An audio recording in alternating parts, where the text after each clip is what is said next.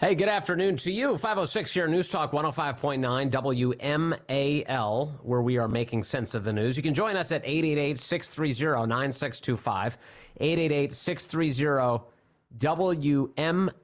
A lot of concern about events happening all around the planet, but very close to the United States is the island of Hispaniola, part of which is the country of Haiti. And there we have a lot of crisis going on as a warlord by the name of Barbecue seems to have more control over that country than its own leaders. What is going on in the midst of all of this chaos? Well, joining us now from the Center for Immigration Studies is Todd Bensman, who can help fill us in on some of the details. Sir, good to have you with us again. Thank you.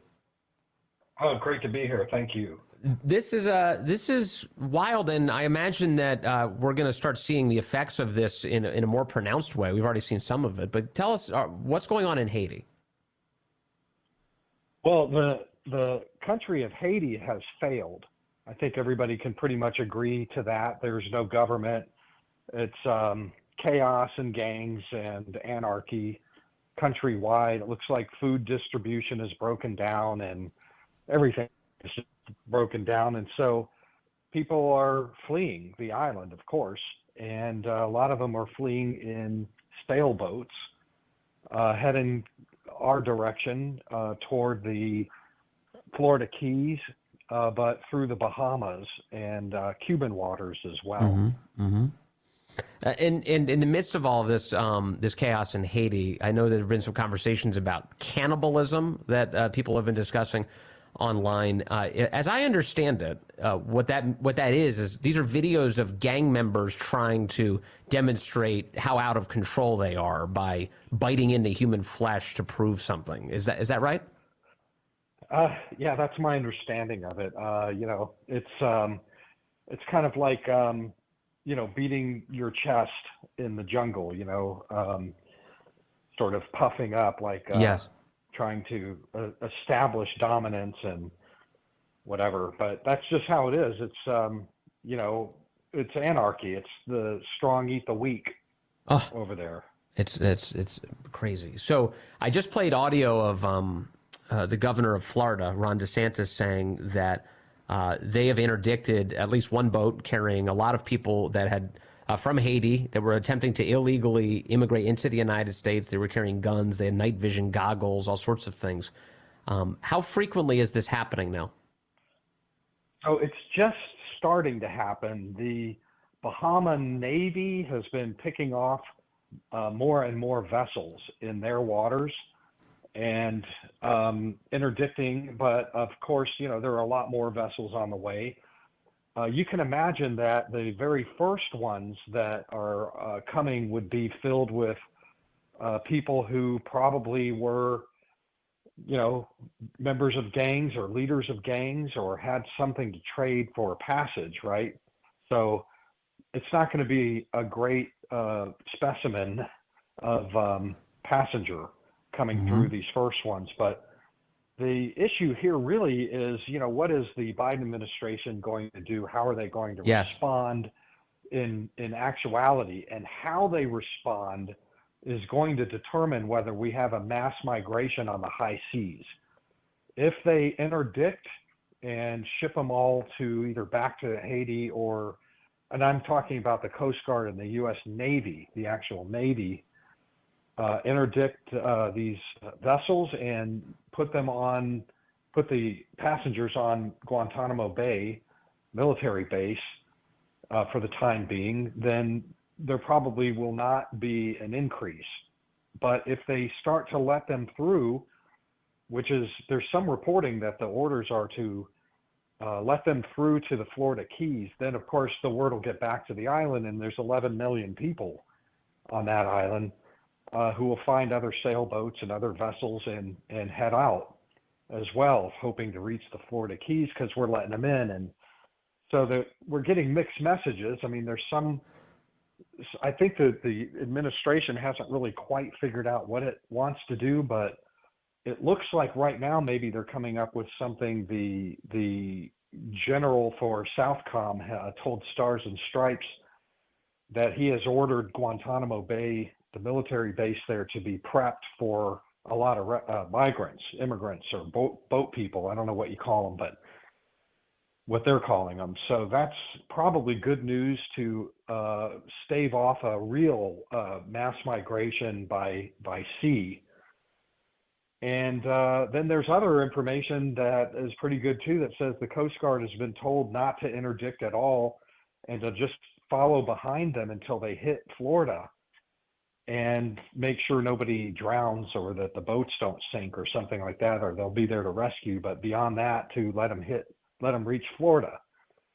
So I don't know what's true, but we're going to know here in the next few days because some of these boats, you mentioned one of them made it here, but I think that there'll be more that make it as well. And so the state of Florida is surging soldiers and National Guard and at least a dozen or two vessels and aircraft.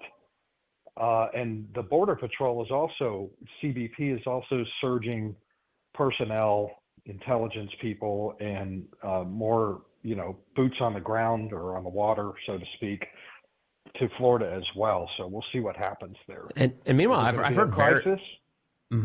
Say that again.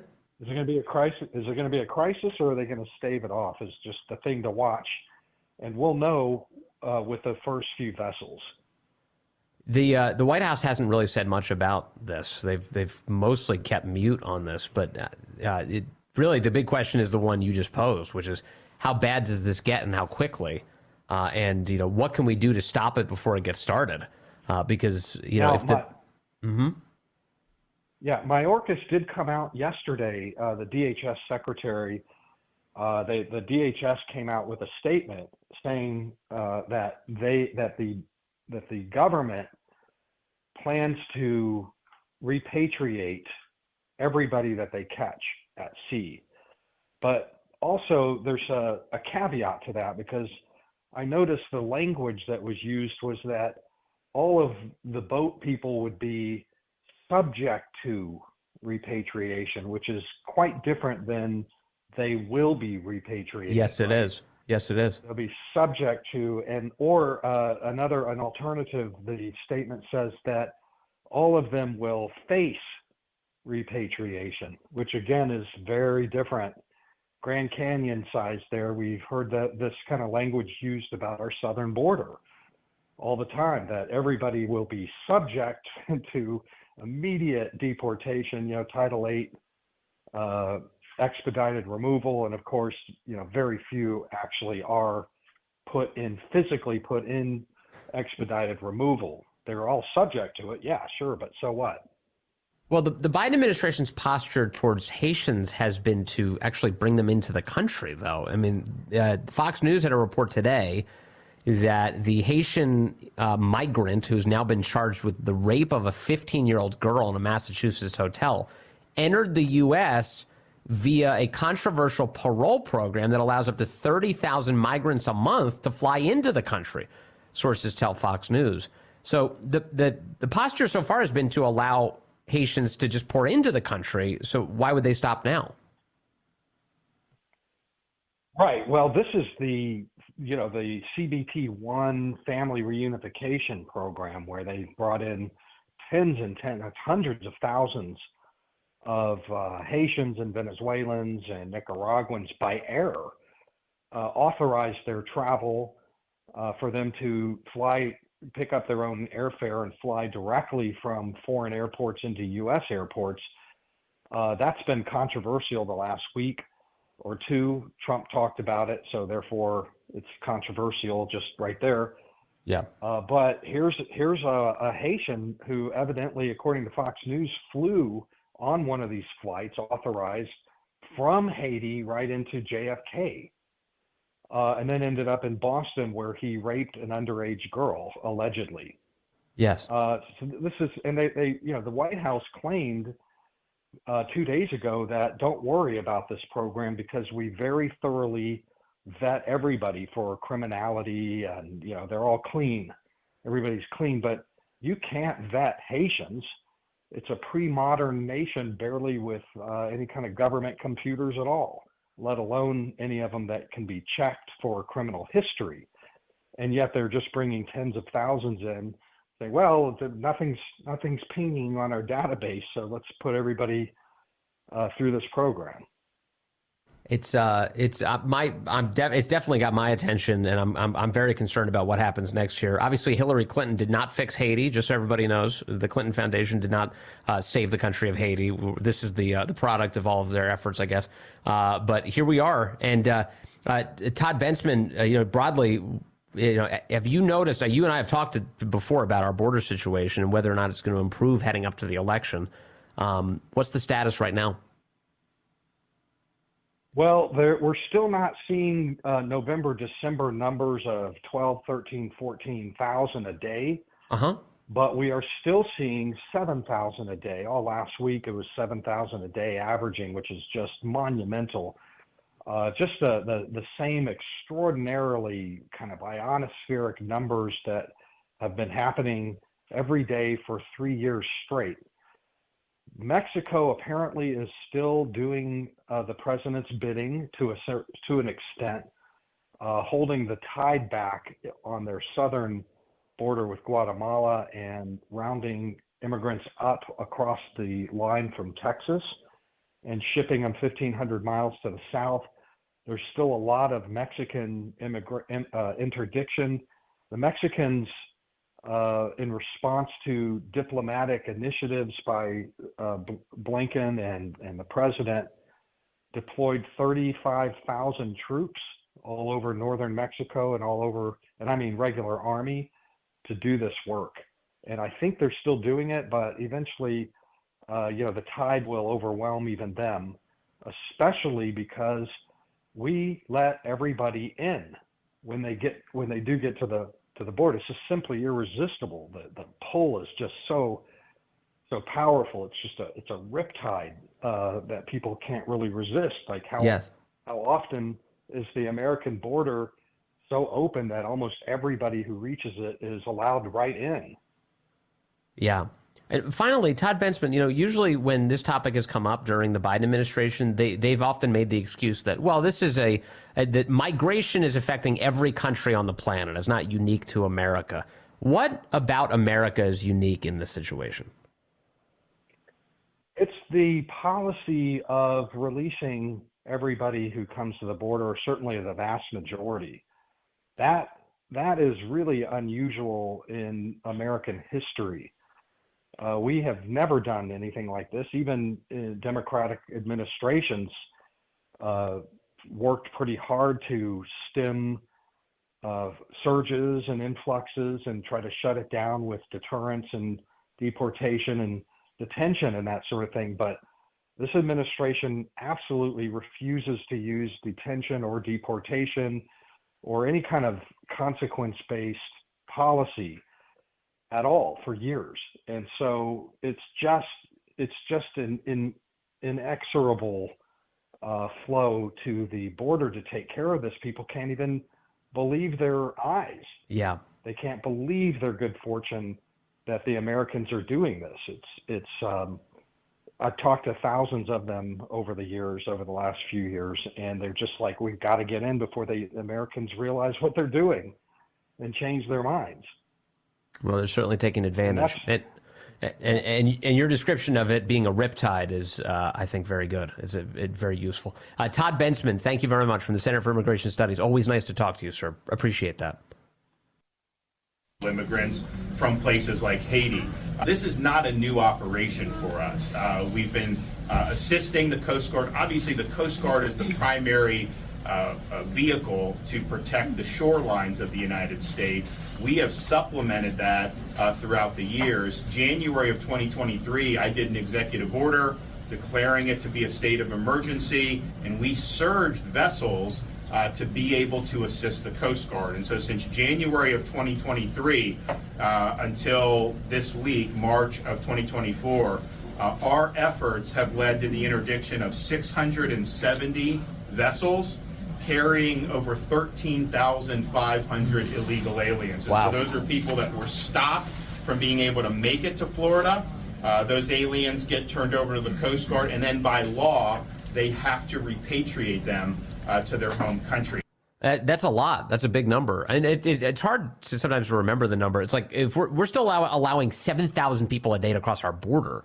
But it's still a big deal that Florida's been able to interdict 13,000 people just since last year attempting to sail into the United States from places like Haiti, which are collapsing. And now this is leading to yet another wave of illegal aliens pouring into our country. Ron DeSantis in Florida attempting to do their best. Up in Boston, meanwhile, you do have the story of the Haitian migrant who's been charged with raping a 15-year-old girl. Here's CBS News Boston. Migrant has been charged with raping a 15-year-old disabled girl at a Rockland hotel. The case already sparking outcry from local leaders. WBZ's Brandon Truitt is live in Rockland with what was revealed in court today. Brandon? Well, Chris, the state started booking out all of the rooms in this hotel last year as a part of its emergency assistance shelter program. And authorities have confirmed to us that both the victim and suspect in this case lived here. I have a patron. I don't know if he's a manager or National Guard on the 911 line, 850 Hingham Street. Going to be for the migrant section. It was around 7 Wednesday night. Police records show a front desk worker called 911 reporting a 15-year-old disabled girl had been sexually assaulted. Room 115. Meet the police. EMS response. Police say they met the teenager in the lobby. Using multiple translators, she told authorities a man in the hotel brought her to his room to help her with an app on her tablet. Once there, he began having sex with her, the girl explained. According to the police report, the girl asked the man to leave her alone, but says that he wouldn't stop. She was ultimately taken to the hospital. Using a description of the man, police found their suspect in the room where the alleged rape happened. With enough evidence, police say they arrested 26-year-old Corey Alvarez. He was formally charged with rape of a child in Hingham District Court Thursday. Authorities say Alvarez moved here from Haiti and is part of the migrant system. Yeah, in fact, the Biden administration brought him in, flew him in to the country. And this is what we're left with. It's just awful. Coming up, updates on today's Fulton County fiasco. The judge down there letting Fani Willis stay on the case.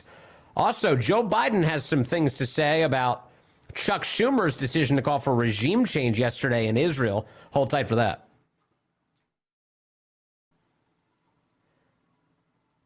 Hey, good afternoon to you. It's 5:35 now. News Talk 105.9 WMAL, where we're making sense of the news. You know, you can join us today, 888-630-9625, 888-630-WMAL.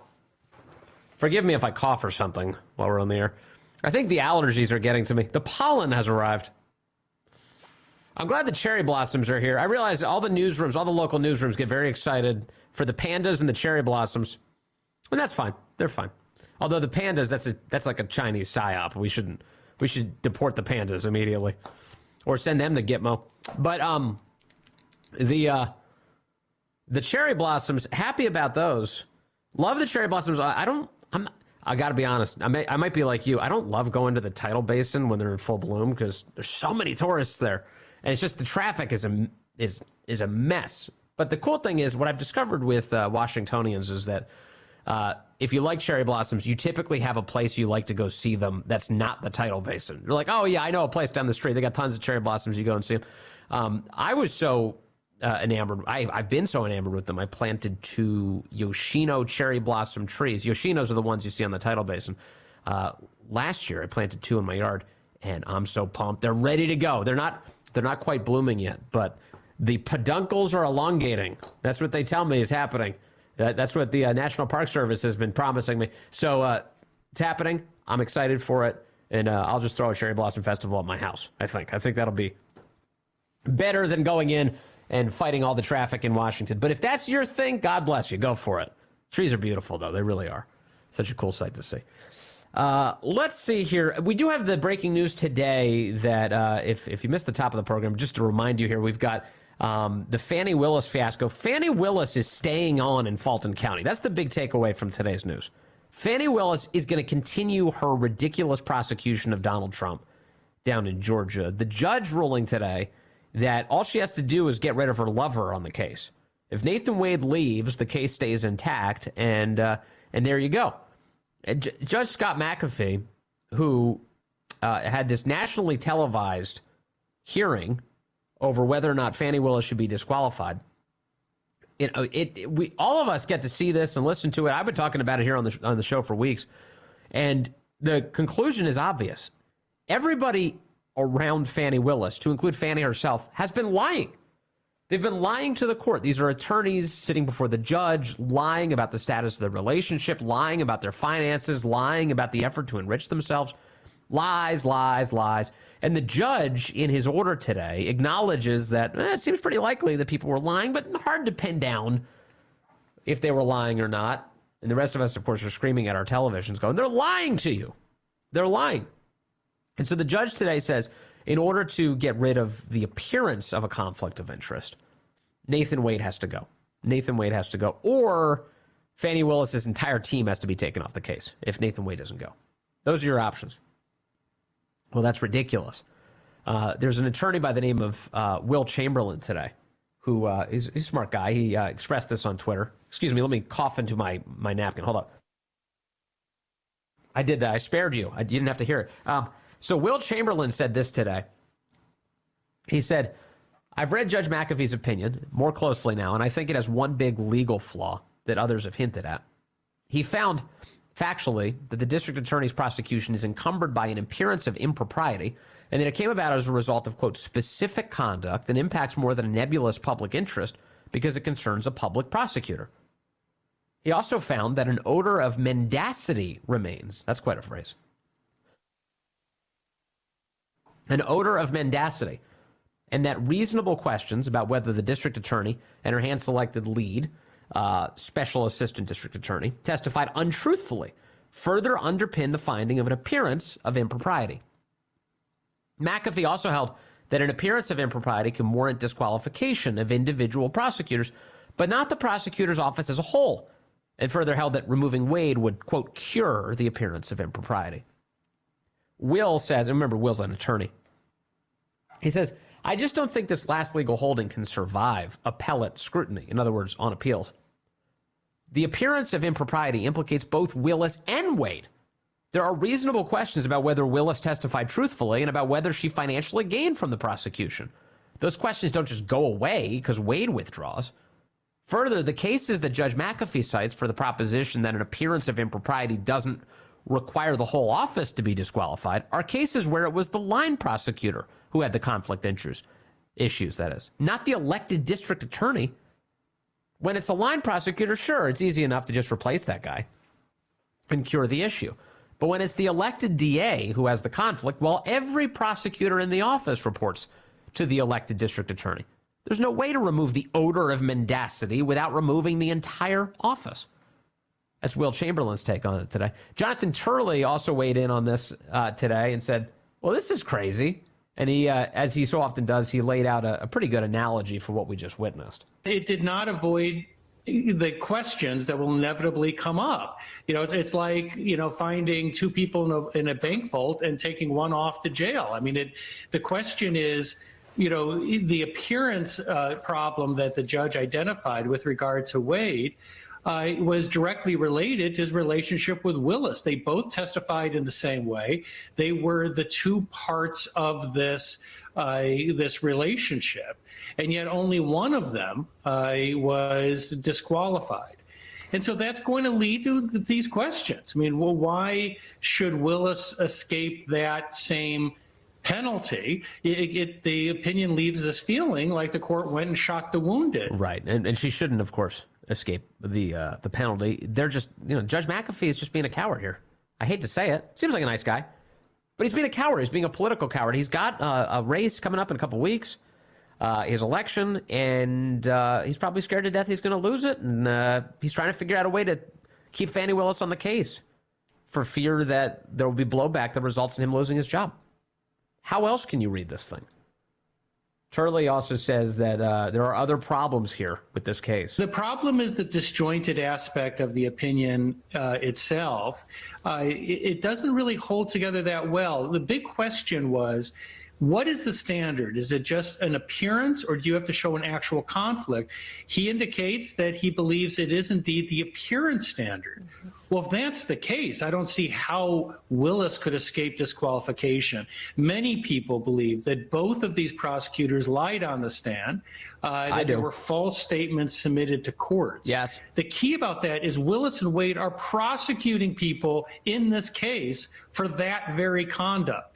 And so it's hard to see how Willis continuing the case does not undermine it in the eyes of the public and hurts the case overall. In some ways, this result may actually appeal to Trump and his defendants. They established that there was an improper relationship, at least for the purposes of disqualification, and they left a wounded Willis to continue on in the case. Wounded Willis. That's Jonathan Turley, of course, responding on Fox News today, where he so often does.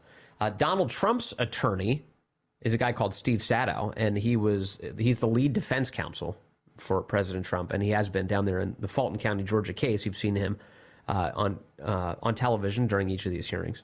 And he said the following today. He released a statement in the wake of the judge's ruling.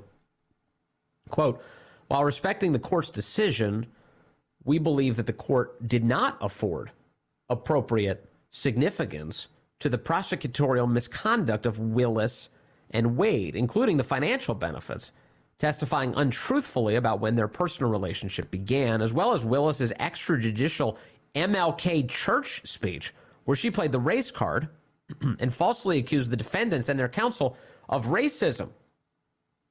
We will use all legal options available as we continue to fight to end this case, which should never have been brought in the first place." That's Trump's lead attorney down in Georgia. The judge did, by the way, mention Fani Willis's speech to a black church where she alleged that the people who are raising concerns about her relationship with Nathan Wade are racist. Remember, she did that? And the judge condemned her for that. He tut-tutted at her for daring to accuse any of the defendants, even implicitly, of having racist motives for filing a motion here. Because he's saying, look, this is an entirely legitimate motion, and she's alleging that they're racist. So it's just disgraceful that he allowed her to stay on this case. It wasn't like the case went away entirely. They could have given this case to some other prosecutor in the state. It's not what the judge did today, though. He's trying to save his political hide.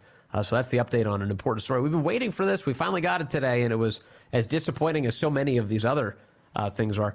I think we had a caller just a moment ago who wanted to say this dropped off, but that's okay. I'll just say what the caller was attempting to say, which is the other piece to remember here is, who knows how much this played a role, but earlier in his career, the young Judge McAfee did work in a junior capacity under Fani Willis at a previous stage in his career. Now, that not necessarily disqualifying. And in fact, he goes out of his way to criticize her pretty roundly in this piece, including her performance on the stand. He really does indicate in this opinion today that she was out of control, that she was very unprofessional during her testimony. But in addition to having worked for her at one point, he additionally gave money to her campaign, remember. Just a couple $100, but still, he was a campaign donor down there. And you do get the impression as you watch the proceedings that all these attorneys and judges, for that matter, down in Fulton County, everybody knows each other. They were practically apologizing to one another as they were bringing up all these issues in the case. So that's the latest out of Fulton County, Georgia. Also, I'm seeing some headlines today that the New York case, the Alvin Bragg case, has been subjected to a delay now. The Manhattan DA Alvin Bragg has asked for a delay to Fox News headline to Trump's hush money trial. This involves Stormy Daniels, and a judge has just ruled this afternoon that the trial is postponed until mid-April. Well, that's still well before the election. I say well, it's getting close to the election. It seems like it's the one trial that's going to possibly actually get going prior to the election. The trial, and this is NBC reporting, the trial in the New York hush money case against former President Donald Trump has been delayed until the middle of April. Judge Juan Merchan ruled today. Merchant said the trial, originally scheduled to begin March 25th, will be pushed back 30 days from Friday. Manhattan District Attorney Alvin Bragg had previously said he would support the trial being delayed 30 days into late April. Trump's legal team had requested it be postponed in 90 days. Bragg said Thursday that Trump's request to delay the trial was the result of the U.S. attorney in Manhattan providing over 100,000 pages of discovery, which Bragg claimed were, quote, largely irrelevant to the subject matter of this case. The U.S. attorney's office provided an additional 15,000 pages of discovery Friday, which Bragg's office said were also, quote, likely to be unrelated to the subject matter of this case. Anyway, there you go. This all going back to a non-disclosure agreement with Stormy Daniels back in ahead of the 2016 election. This is how long ago these things are. And Alvin Bragg, with the single weakest possible legal case out of all of these cases against Donald Trump, the one that left and right was excoriating the second it dropped. It was the kind of the Julie Swetnick of legal cases here against Trump. It's delayed for now. But boy, the left really wants to get these trials up and running so they can put Donald Trump in jail. They really want to meddle in the election. That's the point of all of this. Let me go to the phones real quick. I've got Rick calling in from Reston, line 1. Rick, good afternoon. You're on the Vince Gallahney Show. Hello, sir. Hi, Vince. Thanks so much for taking my call. Great show as always. Thank you. I just wanted to add a quick perspective. I've practiced law in the South in a mid-sized city for about a decade, back in the full decade of the 90s, and the notion that lawyers give money to both judges' campaigns and to district attorneys it's completely normal. And other things might mean something about where that particular judge's McAfee's coming down, but having made contributions, just for perspective, it means nothing. It's a standard practice to give. Do they give to all of the various candidates? Is that the concept or what? Yeah, 100%. You might give $1,000 to the one you really like and $400 to the one that you're doing just in case they pull it out and win or whatever. But like you said, they all seem to know each other. They're treating each other with great deference. And what is the point of that, though? What's the point? I'm sorry, I don't mean to interrupt you. I wonder, what's the point of the political donation? Is it just to curry favor for when you encounter them in future courtroom battles? That's the way I treated it. I think if you asked anybody and got them to speak frankly, that's exactly what it is. That judge is going to, once they get on the bench, they're going to be on the bench for, 3 or 4 election cycles, or if it's a district attorney, they're going to be there for a considerable length of time.